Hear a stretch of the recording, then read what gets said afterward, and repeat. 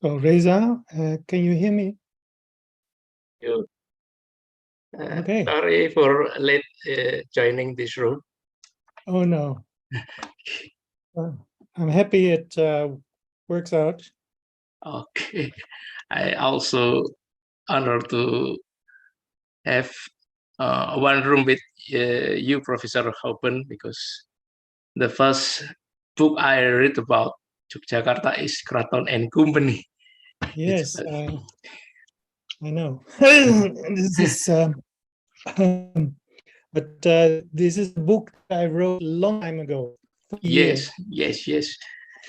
I wrote this book when I took my undergraduate on Jawa-Belanda University in 1993. Okay. Yes. That book is very interesting. A lot of information I got from this book. Okay. So you want to have a conversation on this book, and do you want me to explain something about the context in which this book has emerged, or is it more that you ask questions on the book? Although I must confess, it's a long time ago. I don't have every detail in my head. Yes. Actually, the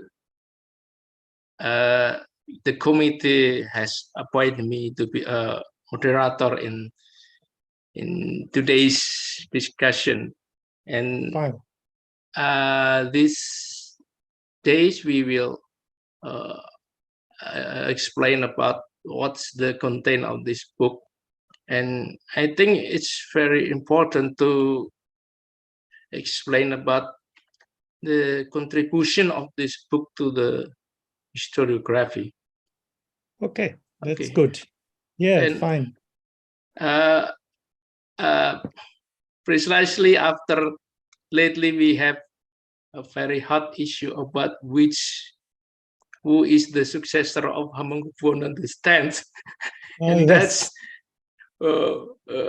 rising the hot issue about will be the Jogja will have the female king. Succession is still an issue, yes. Especially in the context of kingdoms and royalty and things like that. That's a very hot issue. Yeah. Okay. And as you have seen from my book, this is not only now, but it was always, and also in the 19th century, on which I write. Okay, Prof. Houben, the committee has told me that this discussion can begin, but I will start this discussion for public. Hello, good afternoon, Indonesia. Good morning, Prof. Houben. I'm Reza Hudiyanto, the moderator of today's discussion. And I'm very pleased to be here and welcome all of you to this occasion, which is held collaboratively between the Department of History, State University on Malang, and the Development Study Club. And the today discussion is about between Yogyakarta, Surakarta, and Kompeni. Actually is VUC. Actually, this is the title of Prof. Houben dissertation. Okay, but before we starting the discussion, let me talk about a little bit the issues about Yogyakarta and Surakarta. Since we know that the Yogyakarta and Surakarta, along with Pakualam and Mangkunegaran, are the principality left after the disbanding of the United States of Indonesia in August 1950. The issues about the future of these principalities become very interesting. Many times the political situation and tensions around the succession from the old order the old rulers to the next rules in this principality is sometimes upside down. Sometimes conflict sparks, even though the colonial rules have been gone for more than 6 decades.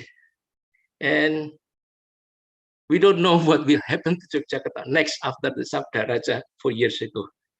But it is important to find the roots of those problems by looking back to the histories of these two remaining traditional states. For example, by describing the social and political transformation in these two monarchs from 1830 to 1870. As we know that the history is not just path left by the past, but influence the present and shape the future. Maybe for this reason, we really want to know what Mr. Houben, Prof. Houben is about to share with us. Okay, before I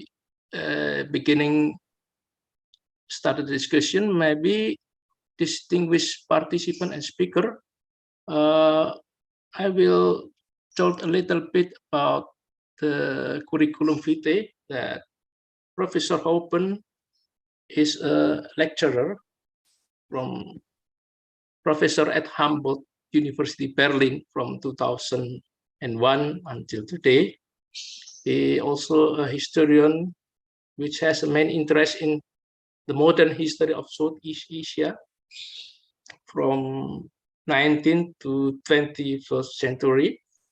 And so interest in the theory and history of area studies, colonial and imperial history, and also history of labor. Professor Houben has produced many works, including books, articles, and reviews. Some of his works include the one who I really admired, Kraton and Kompeni, Surakarta and Yogyakarta from 1830 to 1870. And also Trade and State Transformation in Central Java from 17th to 18th century. And also Private Estates in Java in 19th century, including on the editorial book from Thomas Lindblad, New Challenge in the Modern Economic History of Indonesia. Okay. Before we start this main question, let me inform the rundown of discussion. The first is introduction, and continuing with presentation session for about maybe 40 to 50 minutes, and then followed by questioning session. Okay, to save the time, let's listen to what Mr. Professor Houben is about to share with us. Please do the honor, Prof. Houben. The room is yours. Okay, thank you very much. Yeah. Let me point out that I did not prepare a formal lecture. I think the format is a bit different. And what I'd like to do is to look back on this book and try to place it within a broader historiographical context. Because this book, I was a student at Leiden University, student of history. And this was a very long time ago, before you were born. Yes, okay. It was in the from 1976 until 1982 that I studied history at Leiden University. And at that moment, there was the upsurge or the rediscovery of Indonesian history was happening. So after the decolonization in the Netherlands, there was not much interest in Indonesian history because the decolonization was very painful for the Dutch. and therefore they were staying silent about it. But then in the 1970s, there was a rediscovery of non-Western history, and with it, a rediscovery of Indonesian history. And at that moment, there were the first Dutch-Indonesian historical conferences. Some of the papers have been published. And of course, there was also a battle of ideas on how to write the history of colonialism. And actually, this is a very, at least in the Netherlands and where I'm now in Germany, the coping with the colonial past and how to deal with colonialism in a historiographical way is still very much prominent. It's at this moment, as you may know, in Berlin, they have just opened a history or a big museum on world culture. And in this museum, there are a lot of objects or artifacts that come from colonial times. So these are objects taken by Europeans and transported to Europe and now displayed in this museum. And there's a lot of discussion on it because several countries, of course, for Germany, African history is very important because Germany had colonies in Africa.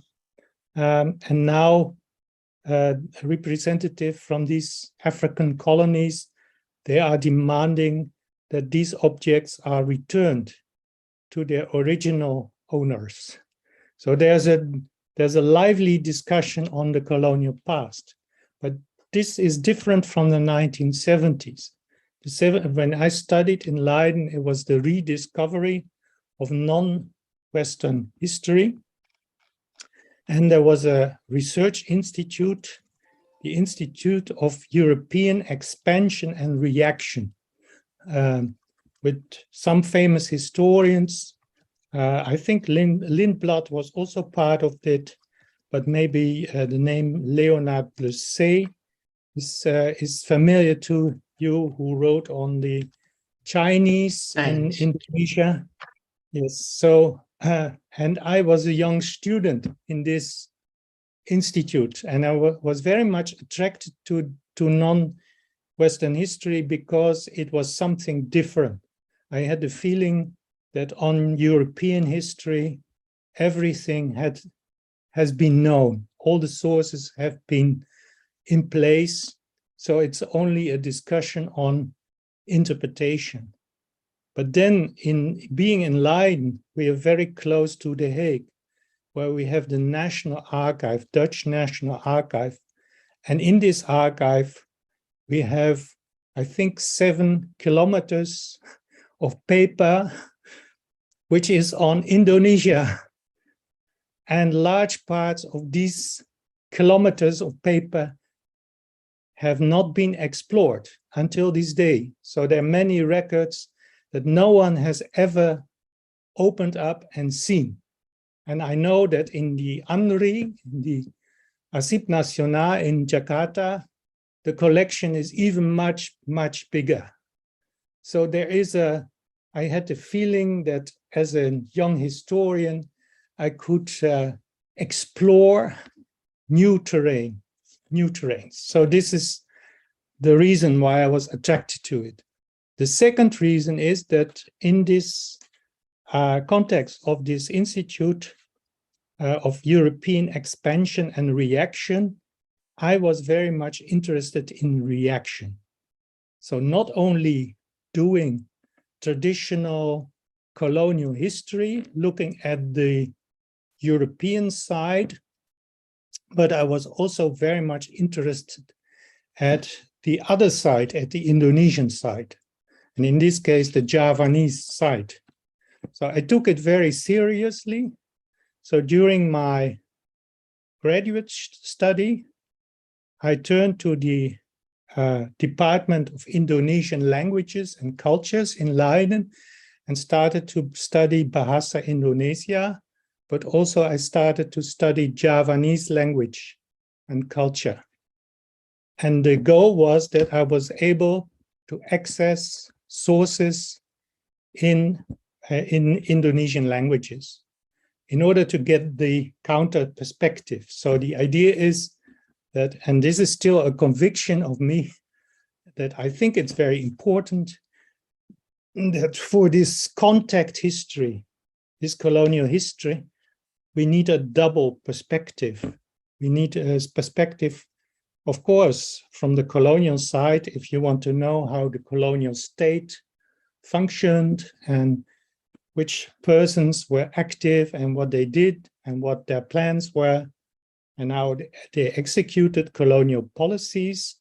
But it's also very important to look at the other side and to look for sources that show us how the Indonesians acted. It's not, today, I'm not interested in reaction so much. I think this is a false idea. This idea is not correct. It is interaction.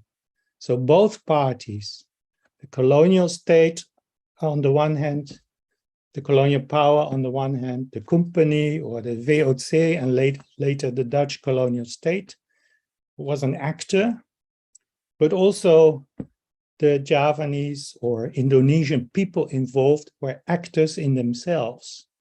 And so we need a kind of balanced historiography of this period, looking at the interaction of two parties or even more parties. So this idea, I then try to realize in this book on Kraton and Kompeni. And of course, the area of Surakarta and Yogyakarta is a kind of case study or exemplary study to look at this interaction. Because other parts of Indonesia, Java, were then directly ruled by the Dutch under the cultivation system. But Surakarta and Yogyakarta had a special status. They were semi-autonomous. So they were partly under, of course, under Dutch control. But on the other hand, the Dutch had allowed them to maintain a large part of their traditional institutions, including the monarchy in these realms. So this is the reason I wanted to study this topic. And what I did is first I went to the archives in The Hague, the National Archives, simply collecting all the documents I could find on Surakarta and Yogyakarta. So I set about maybe 1.5 years of my lifetime and invested to work through all these documents, make extensive notes. At that time, there were no computers yet, no laptops. So you had to take handwritten notes. I still have them here in big files, so to speak. And then I was also lucky because I didn't know that in the beginning, but the secretary of the Royal Institute of Southeast Asian Caribbean Studies, the KITLV, which is the biggest library on Indonesia, is in the KITLV. It's also hosted in Leiden. But in the 19th century, in my period, the secretary, a man called Rufar, he visited Surakarta and Yogyakarta, and being an historian himself, he took extensive notes from the residency archives. So the residency archives of Surakarta and Yogyakarta are now in the ANRI, in the National Archives in Jakarta. In 1990, after I already published this book, I was in Jakarta and spent about 3 months looking at the residency archives of Solo and Jogja So, but this was the material Rufa had already made notes on. So I used these notes as well.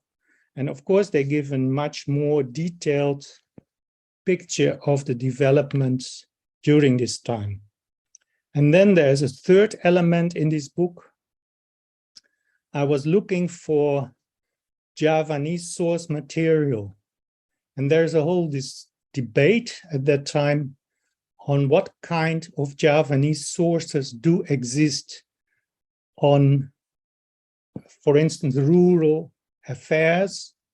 And maybe you know the book by Peter Boomgaard, Children of Colonial Java. And he argued in this book that we have to rely on colonial sources in order to get details of the agricultural structure of Java in the 19th century. And so there have been several books, for instance, books on the cultivation system, and they use very much colonial records on this. But to my surprise, and then the idea was Javanese sources are Babat. You know, they are literary texts, and they're very interesting in themselves, but it is a specific genre, so to speak. It's more the history of the kings and their ancestors, and it's also meant to legitimize the power of the Javanese king and so on and so forth. And they are very literary kind of texts. They include miracles and all kind of things which are not factual, but there's a particular interpretation.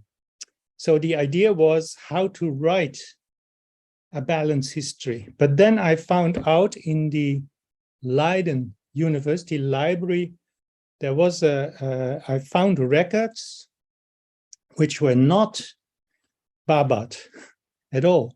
These were simply, and this is in my book, there's a case study on Yogyakarta after 1830, and these are the minutes of the state council meetings.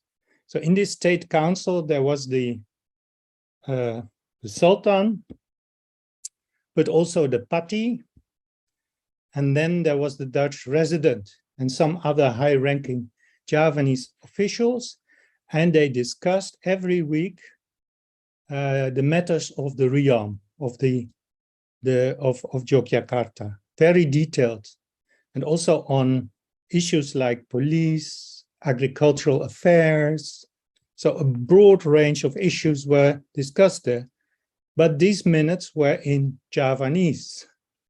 So I had to make transcription of the Javanese and then try to understand, to make a translation for myself and then work it into the book. So in this book, there is a section with this material. I think it's from a historiographical point of view, this is very important. And I know that in the Kraton, in Surakarta and Yogyakarta, there are administrative records, and they are huge. But until now, the specialists on Javanese manuscripts have not been interested in them. Of most, or very few have been interested in them. They have been much more interested in Babat, in literary texts. But I think there is a misunderstanding that you cannot argue that there are no Javanese records on day-to-day affairs in the realm. They are there, but no one has studied them because it's not considered to be prestigious or interesting or something to study this.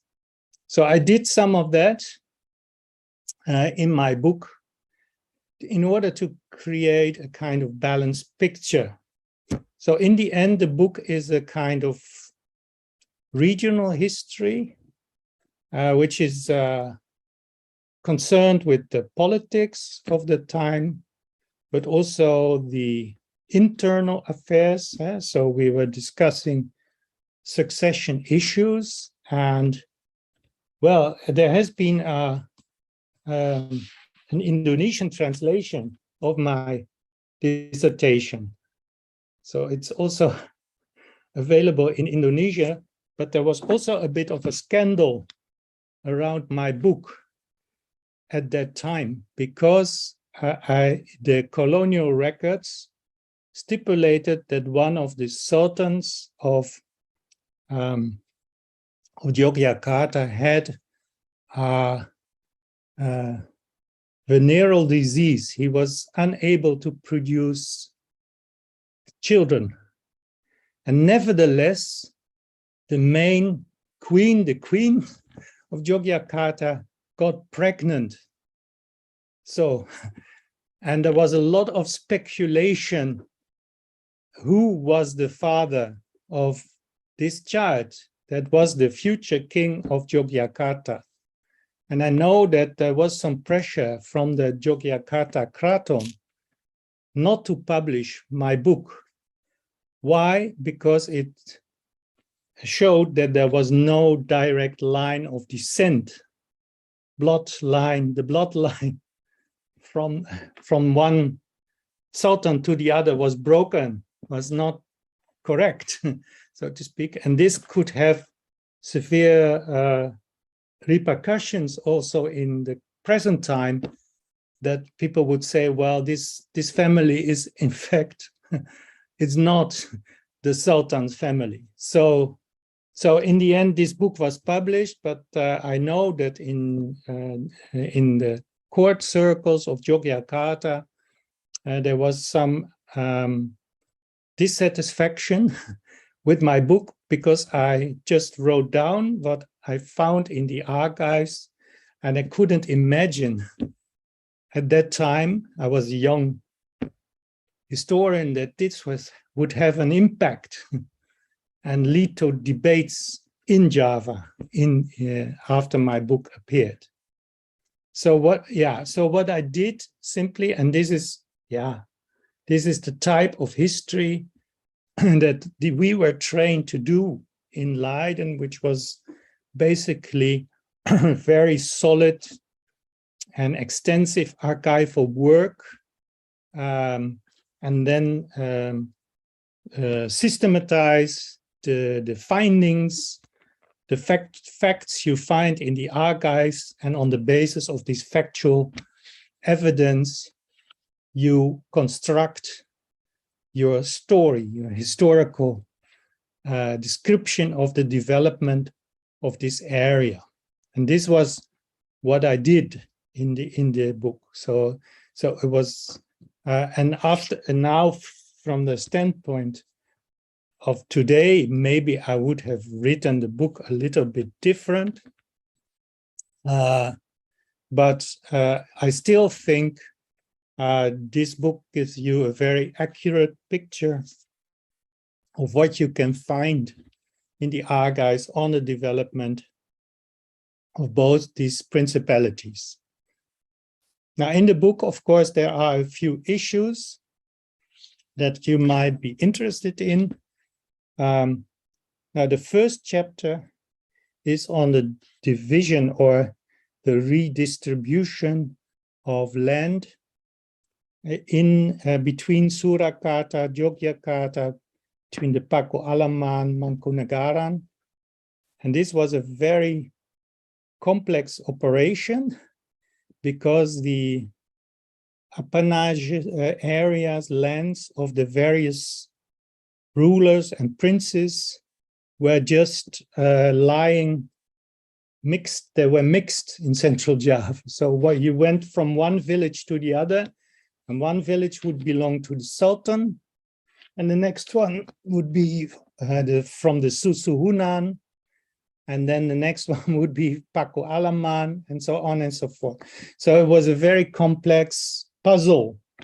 And what the Dutch tried to do is to create coherent territories, so that you could really see where is the boundary, the territorial boundary between Surakarta and Yogyakarta, which area belongs to the Paku Alaman, which to the Mangkunegaran. And this was a huge operation because all the local officials and the local lands had to be redistributed.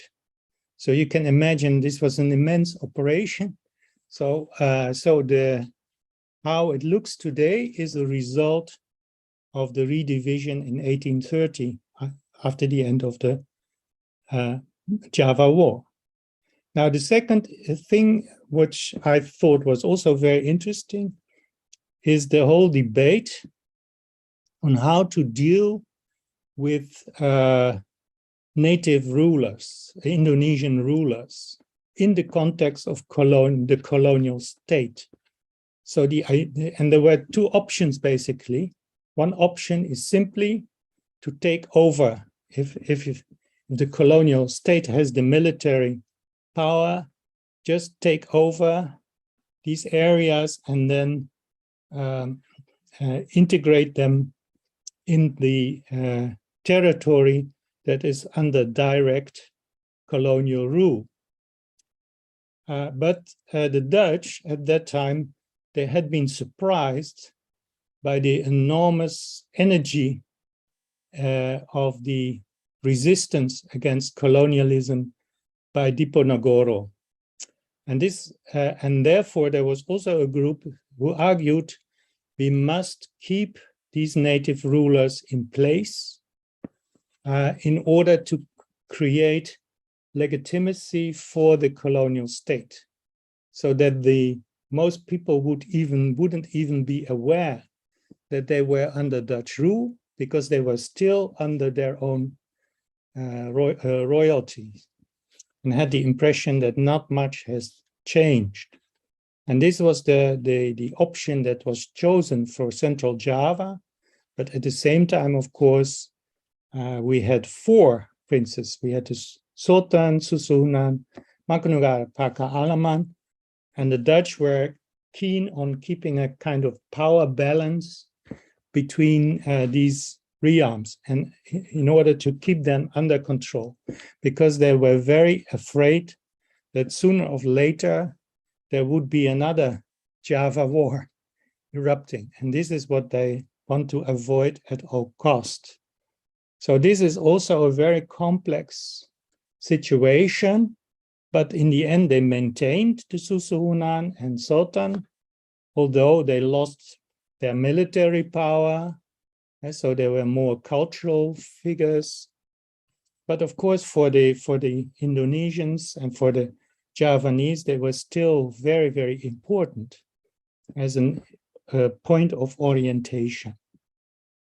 So this is, and it's a little bit ambiguous, because on the one hand, they wanted to maintain this traditional political system with the kings in Central Java, but on the other hand, they wanted to extract profit, so they couldn't introduce cultivation system in this area, because the lands were in the hands of the Javanese elite.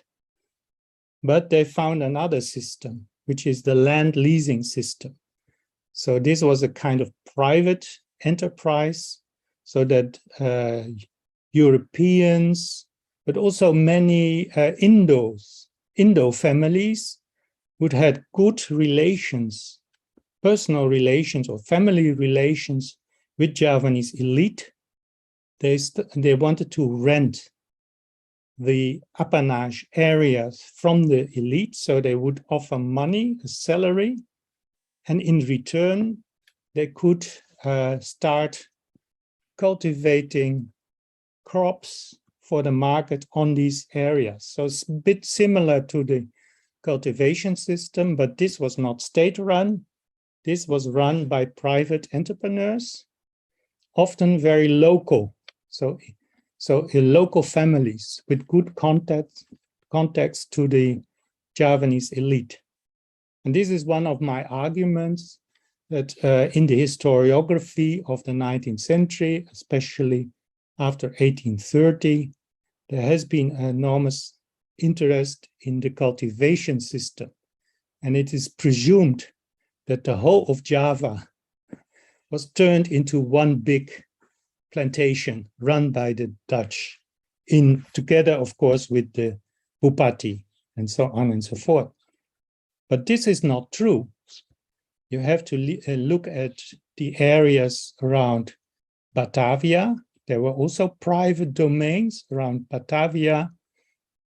And you can look at the Surakarta, Yogyakarta area where private entrepreneurs started plantations of cultivating coffee, tea, indigo, sugar plantations, and so forth.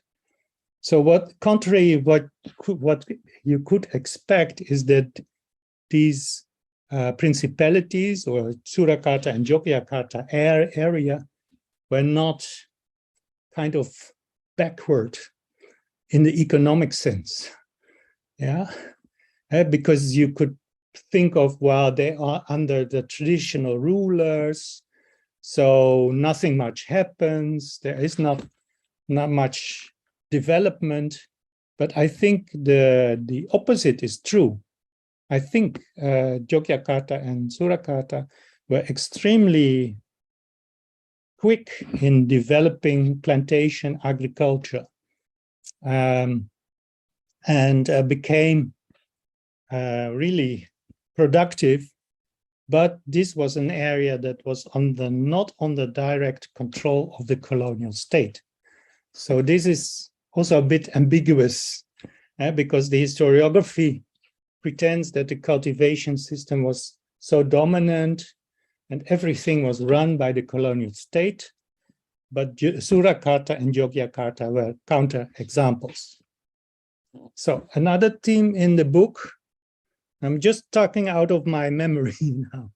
Yeah, another theme is indeed succession, because the Dutch were very afraid that within the Kraton, there would be some kind of conspiracies going on against the Dutch. So they had to have informants or spies inside the Kraton to know about the internal Javanese affairs. So who is in conflict with whom? Are there any plans to start an uprising against the Dutch? But also, of course, succession and marriage politics.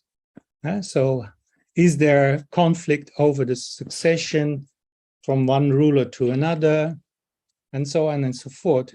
And this is also a bit of an irony that in the Javanese sources, you don't find much about these internal issues because they were so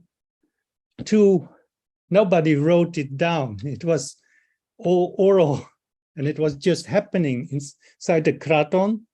And as far as I know, there are no Javanese records on this.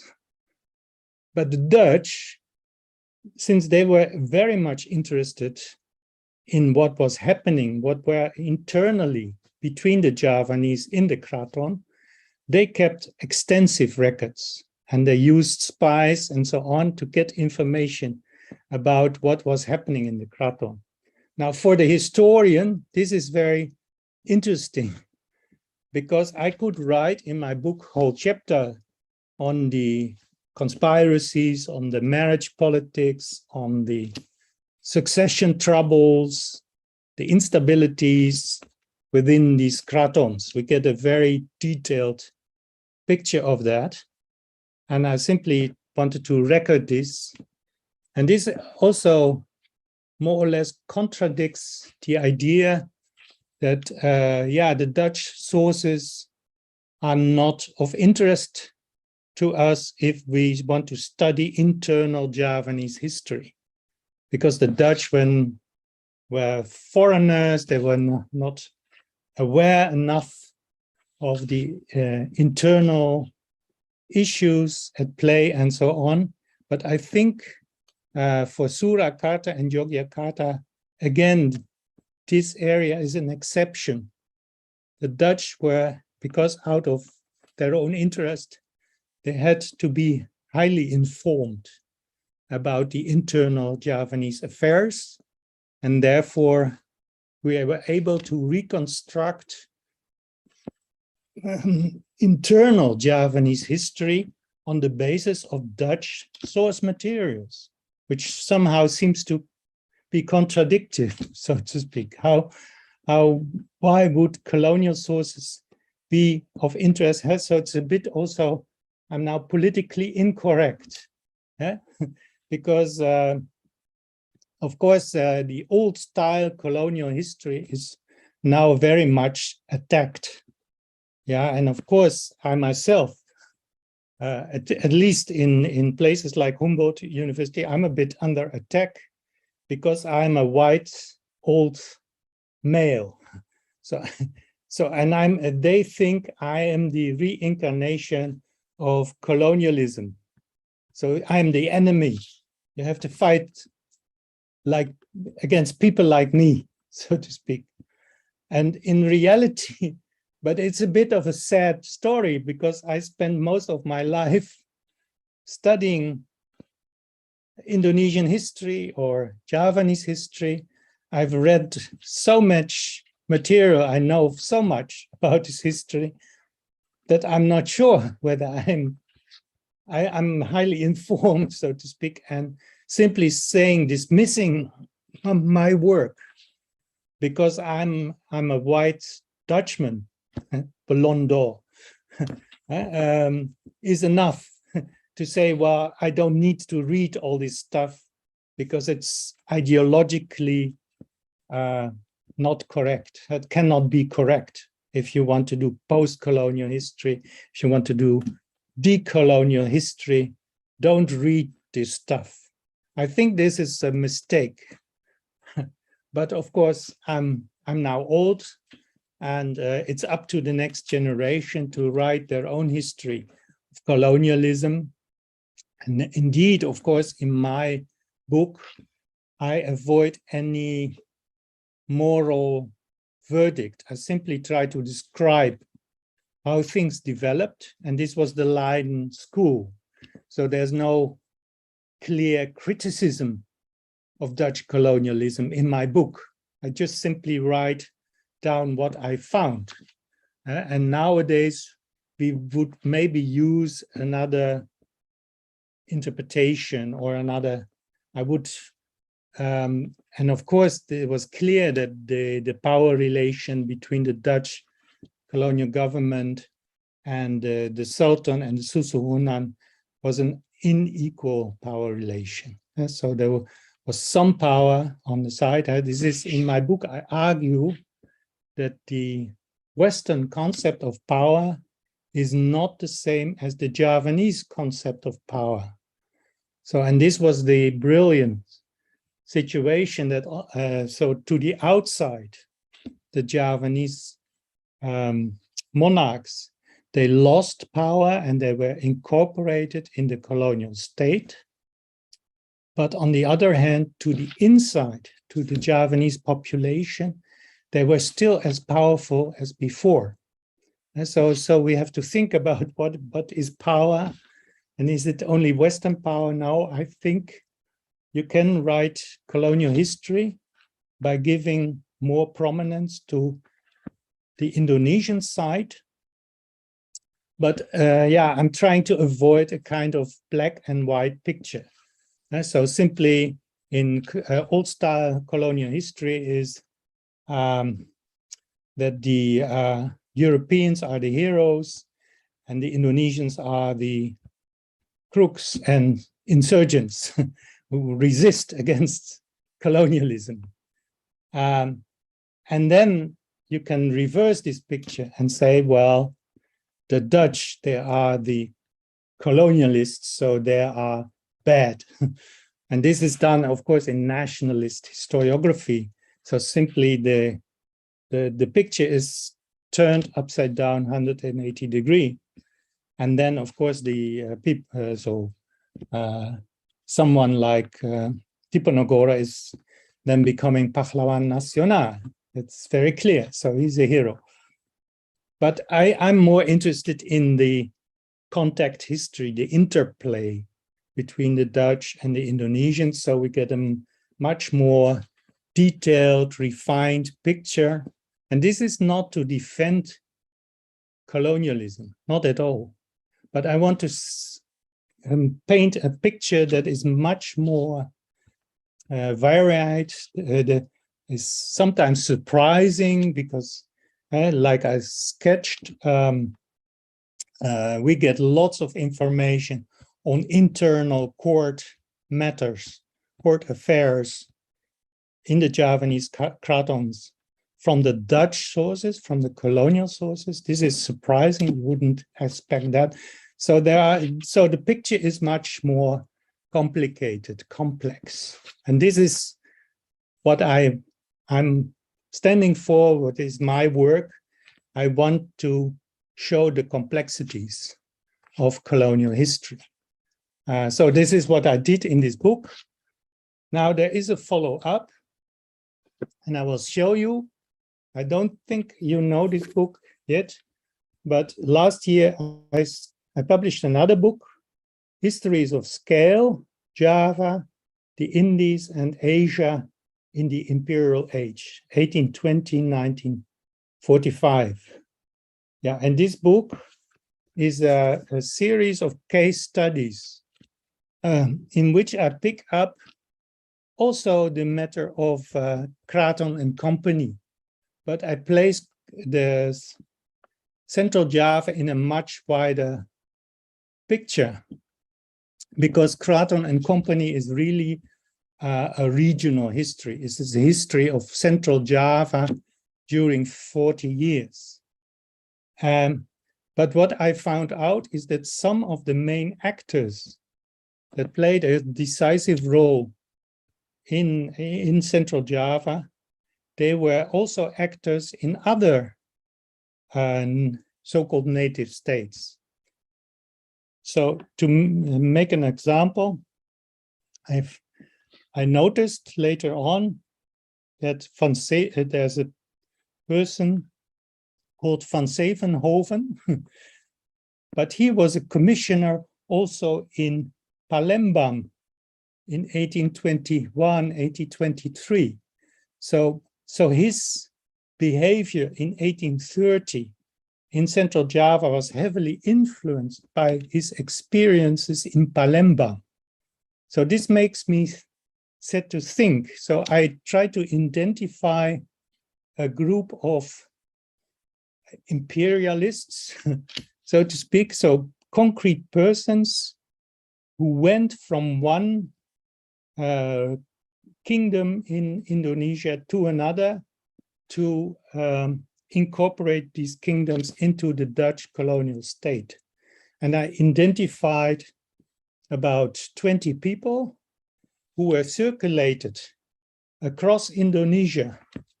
So they went to Makassar, they went to Banjarmasin, to Palembang, and Central Java, to Bali, etc., etc. So what happens is, and this is I call this a scale, so to speak. So if my first book is on the regional scale, Central Java, nothing more, very detailed.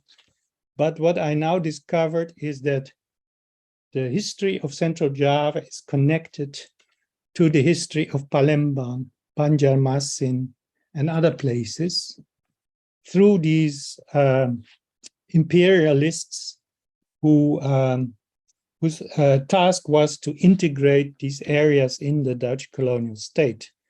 And and now we see similarities, parallel operations. So this is, I find this very exciting, so to speak, for several reasons, because one of my preoccupations has always also to be how to write the history of Indonesia, so not only of Java, but connect the history of Java to the history of the other islands in Indonesia. How to do that? And if we take this approach, we can really see that there are historical connections, because there are historical actors who move from Java to the outer islands, and then from the outer islands back to Java.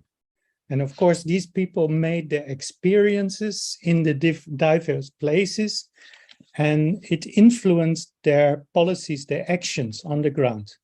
So there is something like a connected, interconnected history of Indonesia, also an interconnected history of so-called native states, so indigenous states of Indonesia. And we can really reconstruct this history, show that there are these linkages. And this places, of course, my book, Kraton and Kompeni, in a much bigger spatial environment. So suddenly the developments in Surakarta and Yogyakarta become relevant for what happens in Sulawesi or in Kalimantan, and so on and so forth. So this is the type of history I'm now trying to develop, and this is, of course, also inspired by a development here in Berlin. We have at the Free University and Humboldt University, we have a graduate school of global history. So we're now moved. So as a specialist of Indonesian history, of Javanese history, I'm now in an environment of people working on other parts of the non-Western world. And we are trying to see where are the connections, but not by structural comparison, but also looking at concrete historical actors that moved from one colony to another, for instance. Yeah, and just following their traces. And then these histories that have now been all separate. So we have regional history, we have Javanese history, we have Central Javanese history, and then we have Indonesian history, and then we have Southeast Asian history, and Asian history, and so on. And these histories are separate, more or less. The historiography is more or less separate. These are different historians, and they take different approaches.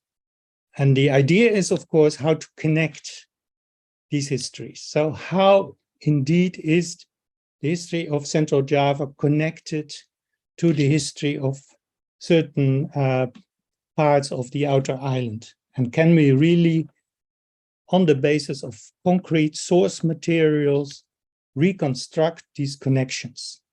So this is very interesting, of course. It's an interesting, and I think it's also, yeah, it points to the way to the future. So I'm old-fashioned. I still believe in doing archival work. I still believe in that it's worthwhile to study sources in local languages, very important. And this is, yeah, of course, you need to invest. Well, maybe not all of you, because you're native speakers, but for us, it's a huge investment to learn Javanese, to learn to read the written Javanese in the sources, then make transcriptions, make a translation, trying to understand these texts. So it's a huge investment in time and effort, but I still think this is very important, also in the future, to do this type of history. And this is also a bit of a criticism against global historians, because they are very much, they look at history as if they are in a space cabin, so to speak. So they look at the things from a large distance, and they use generalizations, which I think I have sometimes my problems with, because I'm familiar with the local history also. And then I think this local history, as they see it, does not fit into these broader global history approaches. But I think there is a way, a new method of connecting local, regional, and global history. And this has the advantage, of course, that a book like mine, so on Central Java in the 19th century, can become relevant for global history. Because until now, in my book, of course, in Java, there are some people who have read this, and for them it's relevant. But among my German colleagues, no one has read my book. For them, it's irrelevant. What is Central Java in the 19th century? But I think it's relevant, but I must find a way of showing the relevance. And this is the idea that is developed in this recent book. So I just expanded my horizon beyond Central Java, try to look at the broader framework of the colonial state, how it developed, and how the histories of Java and the outer islands are interconnected. So I don't know how long I've spoken now, but I think maybe this is enough food for some questions and discussion. Thank you. Okay, thank you, Mr. Houben, Prof. Houben. Maybe I can translate a little bit about to many of participants. I believe not every participant understanding the English conversation or English lecturing. So maybe I can, maybe I can give some Indonesian translation. Okay. Jadi Pak Houben tadi mengeksplorasi beberapa hal tentang buku yang penting. Pertama, buku ini berbicara tentang eksplorasi lahan-lahan baru.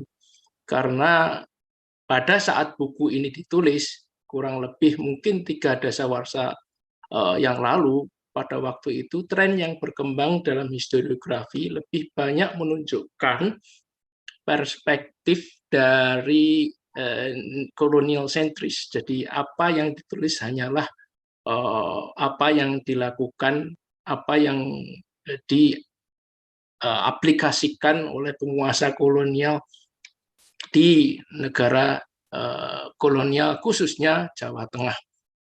Karena itu Profesor Houben perlu mengaplikasikan sesuatu yang baru, yaitu bagaimana memberikan sebuah perspektif dari kedua sisi. Jadi kita ingin melihat bukan hanya bagaimana Belanda mengaplikasikan kebijakan-kebijakannya, namun juga bagaimana penguasa-penguasa lokal bereaksi terhadap apa yang dilakukan oleh Belanda. Jadi di sini saya ingin melihat interaksi dari kedua belah pihak, dari colonial power pada satu sisi, juga dari Javanese monarch pada sisi lain. Di sini saya melihat realistis dua area Surakarta dan Yogyakarta itu adalah sesuatu yang sangat unik. Kalau kita melihat dari aspek kebijakan ekonomi, meskipun dua monarki ini dianggap sebagai sesuatu yang terbelakang dibandingkan wilayah-wilayah lain yang dikuasai langsung oleh Belanda, namun kita bisa melihat bahwa jika di negara wilayah-wilayah lain yang dikuasai langsung oleh Belanda, mereka mendapat dalam tanda petik perintah melaksanakan tanam paksa yang dijalankan langsung oleh pemerintah Belanda lewat bupati. Namun di kedua negara ini tanam paksa tidak berlaku.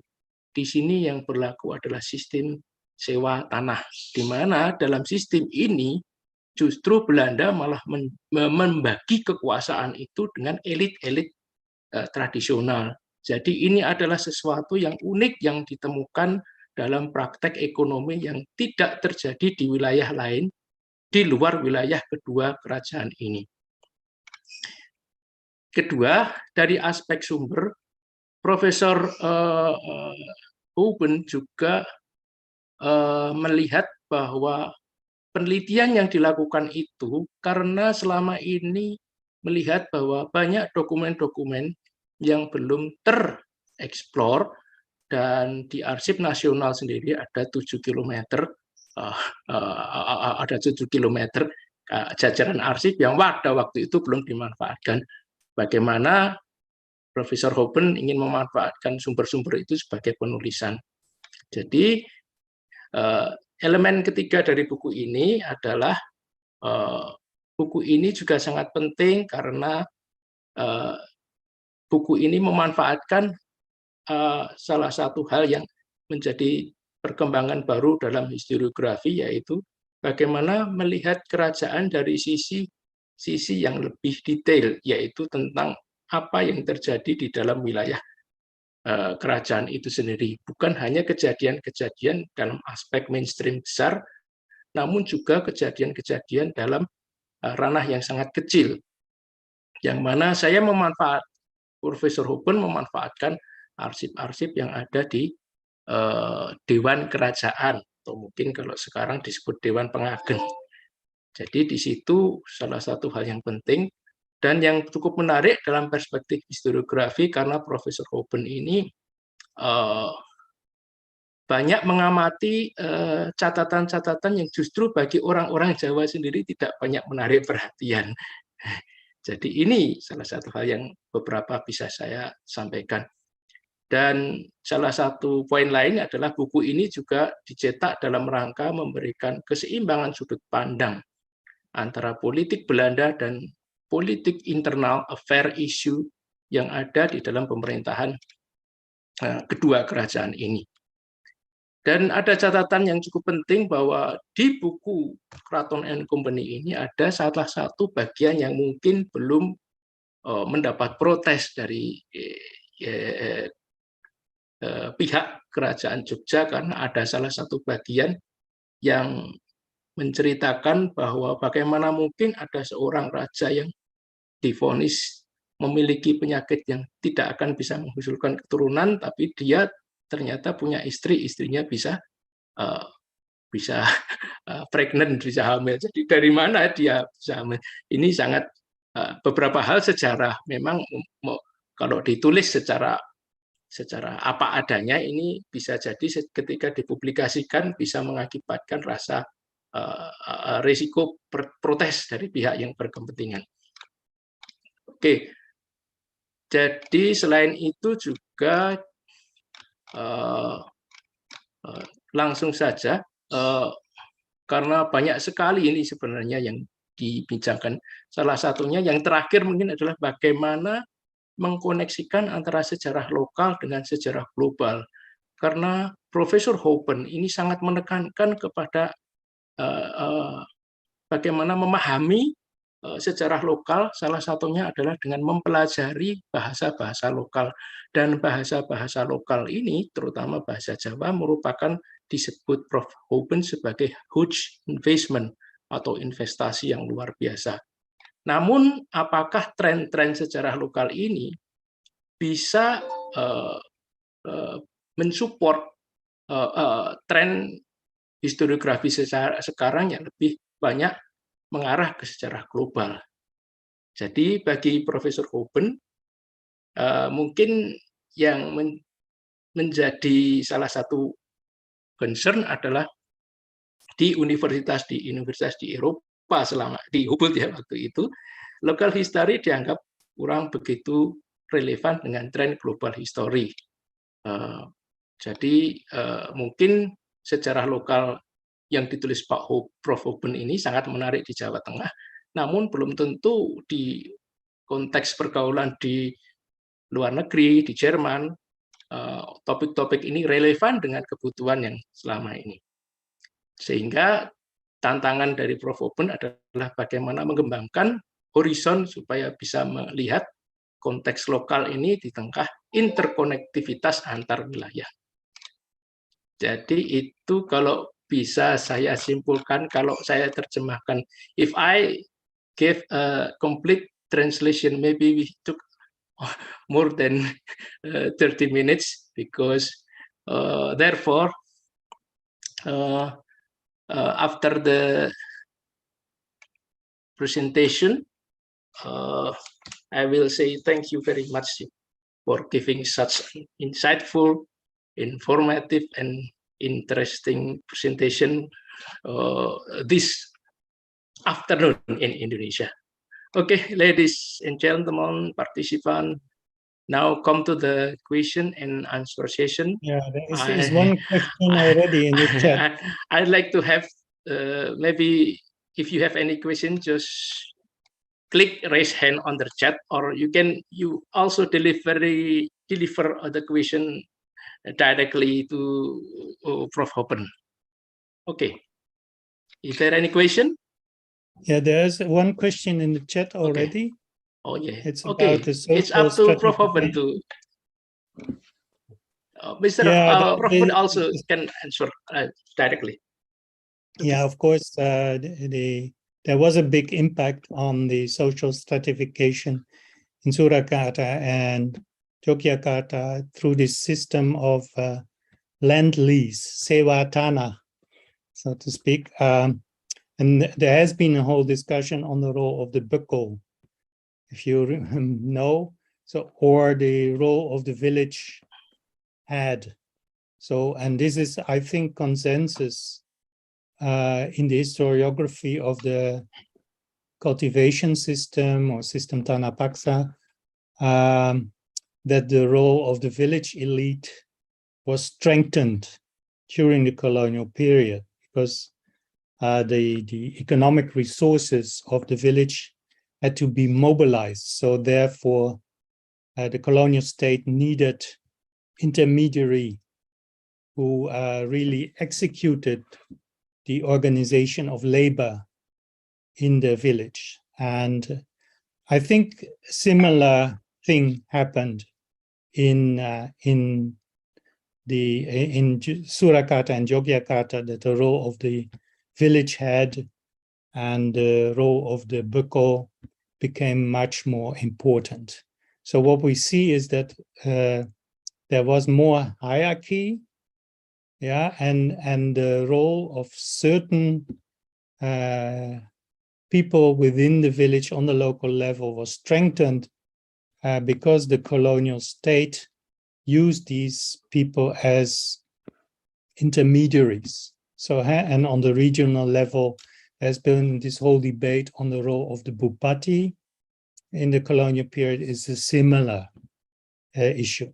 So this is, the bureaucratic development of the native rulers of this system is very, very complex. I wrote a little bit in my book on that, but it's a bit too complex to go into detail here, so to speak. But there has been, yes, there has been changes. For instance, the role of the Pati in Surakarta and Yogyakarta, of course, changed very much. And the Dutch resident tried to interfere in what the Pati did. So the role changed quite a bit, I would say. So this is my first response to the first question in the chat. Okay. Mm-hmm. May I conclude? Is there any question for Prof. Houben? The second question? I think it's quite important how the different system. Okay, Pak Agung. Yeah, thank you very much, Pak Reza. And directly to answer the question to Pak Professor Houben. Yeah, Yogyakarta and Surakarta Kingdom is very, very long history experience. Make some connectivity with the colonials. I have one question or maybe two questions. How the colonial states make certain complexity relationship, because from the Sultan or from the Sunan side, colonial states sometimes comes to be enemy, but sometimes come to be alliance. And how do they develop that relationship. And the second one, the land lease was very popular in Surakarta and Yogyakarta, but how the impact of the Java Wars during Diponegoro captive in 1830, the end of the 1830, and it is a connectivity with the land lease and the culture still or something else. Okay. Thank you very much. Yeah. Thank you very much. So you asked about the long history of interaction between Solo and Jogja and the colonial state. And I think, and this is illustrated very well because there are all these books by Merle Wycliffe, if you know, on the 17th and 18th century. So in fact, my book is the 19th century part. It's so the sequel to the books of by Merle Wycliffe. And in this book, it's shown beautifully, so to speak, how several powers compete. And the Dutch is only one party, or the Dutch colonial state is one party in this competition. And of course, the overall balance of power has changed after the Java War, because the Dutch really took control of Java. But nevertheless, and this is also in the book what I try to explain, this old pattern of power competition between several actors. So it's not only between the Javanese kings and the Dutch, but it's also the Susuhunan against the Sultan, the Susuhunan against the Mangkunagaran, Paku Alaman. So it's a very complex power play is taking place, and this is continued also under the colonial conditions. So, and this is what really drives the history of this area, I think. So it's this makes Central Java such an interesting area to study. Now, the impact of the Java War, yes, there has been also a debate, and I think Peter Carey has written very important stuff about the Java War and also the origins of the Java War. And one of the origins is that the land lease system was financially beneficial, started already before the Java War and then was stopped. And that this led to the impoverishment of the Javanese elite, and therefore they supported Diponegoro. This is one theory. I think there are more reasons why the Java War erupted, but one of the reasons was also the land lease system. The interesting thing is, of course, that after the Java War, the land lease system was reintroduced and taken up again for probably two reasons. Also to channel income to the Javanese elite so that they would be satisfied and happy and not inclined to do a conspiracy or revolt against the Dutch. And also the land lease system was meant to restore the productivity of the area, because the Java War had led to great destruction of the resources in the area, and the Dutch wanted to rebuild the potential, the agricultural potential, but they did not have the money to pay for themselves, so they just thought that it was the best way to reintroduce land leasing. So this is the reason why after the Java War, the land leasing system blossomed again. So these were the two answers to the two questions. Thank you, Professor Bowman. Yeah, and thanks. Are there further questions? You can ask very general questions also. Huh? So Yes. if you're not so broad questions, it would be interesting. Okay, is there any question for Professor Houben? I wonder is that the political situation changed in Europeans also Can we Westphalian have Agreement. there's Yes. someone at the door. I have to interrupt very briefly. I'm back in 2 minutes. Okay. Yes, sorry. Take your time, Professor.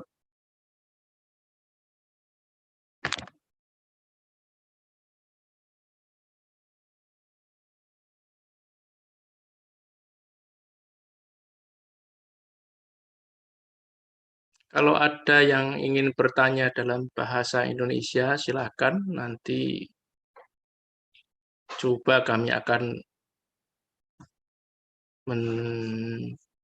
switch dalam bahasa Inggris.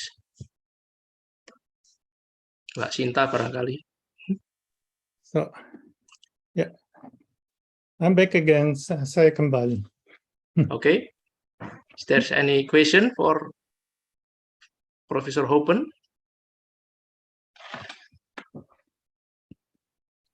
Okay, so yes. here we have Yes.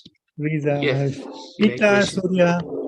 Thank you, Professor Howard, for your presentation. My question, does your book also describe about Islamic connection made by Yogyakarta? Okay. Now, Islam was not my main focus. So Islam plays a role in some of the insurrections. So there were several conspiracies to start rebellion against the Dutch colonial state. And it is described in my book. And this is where Islam turns up. But in this book, Islam was not a specific focus. So I mention Islam when it comes across, and maybe this is also a bias in the sources. So that because the Dutch colonial, they thought that Central Java was not very Islamicized, but they had the impression that Islam was much more prominent and much more vigorous at the Pasisi area, so that they considered Surakarta and Yogyakarta the remnants of Hindu-Buddhist kingdoms. So they thought Islam did not play a big role. But this is, of course, not true. We know that there was Islam played an important role in Surakarta and Yogyakarta, and it also played an important role on the local level, also for anti-colonial insurrections. But I know, of course, the book by Sartono Kartodirjo has already written on that issue.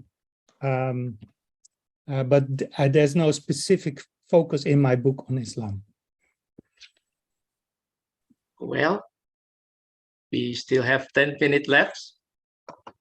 But if there are any questions, maybe I can have a little question about the relation between political situation in Europeans and in the Central Java. Is there any relation?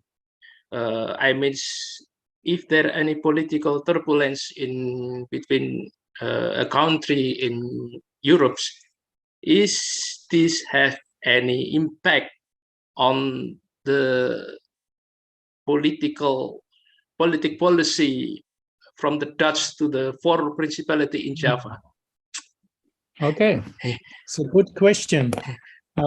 Yes, of course, the political situation in Europe did play a role, also in Central Java, and the most obvious examples is the fact that Java was ruled by the British between 1811 and 1816, and it were the British that ransacked or sacked the Kraton of Yogyakarta in 1812. And before that, we had Daendels, yeah, the famous guy for the postal road, the post road along the Pasisir. And yeah, Daendels was, at that time, the Dutch had been conquered by the French. So they were a French client state at that point of time. So, so the policies that were executed in Central Java were directly connected to developments in Europe at that time. Yeah, I think for the period I described after 1830, the broader context is, of course, that the Dutch, and this is linked with the history of the cultivation system, because they had enormous costs for the Java War. So they were preoccupied with the question how to earn money from the possession of Java. This was their main issue. And this is, of course, set within a much longer time period because yeah, the VOC, or the company, ended in 1800, and then from 1800 until 1830 there was a debate in Europe on how to run the colony. Should we put in place a kind of cultivation system, so forced cultivation, because this has also been practiced by the company, by the VOC, or should it be free trade, so free enterprise with independent entrepreneurs, and you tax them, so to speak. So there were two schools, and this debate was also conducted in Europe at that time. And then I think the Java War was a kind of breaking point in this discussion, because then the Dutch decided, no, we will resume a more conservative approach. So we will return to a modern version of the VOC system, and we will make use of the traditional rulers. So this is of course, there are some short instances. As you may know, in European history, 1848 is an important date, because in that year there were several insurrections in Europe. Yes. To create a kind of more democratic, liberal kind of system. And of course, this had an impact. This was felt in Java, and the Governor General and the Dutch colonial officials, they were very nervous, because they feared that European citizens in Java would also start to rebel against very autocratic, because colonial state was very autocratic system, to initiate a different political system. Now, the rebellion of 1848 in Europe, they failed. They were not successful, so they were put down. So also in Java, nothing changed in the end. But there was this direct connection. So you can really see that the Europeans and the colonial officials in Indonesia were always looking also towards Europe, what was happening in Europe. and also the international relations of Europe. The other example is, of course, that in the 1840s, there was the idea that there were foreign colonial powers trying to meddle into the affairs of the Dutch and trying to take control of, for instance, Kalimantan. And in a way, they were successful. You have James Brooke, and as an example. So there's also this almost this hysteria of the Dutch colonial officials that some other colonial powers may try to get their share of Indonesia and steal an island from Indonesia. So, and that you see that European political relations play into the colonial politics. Yeah.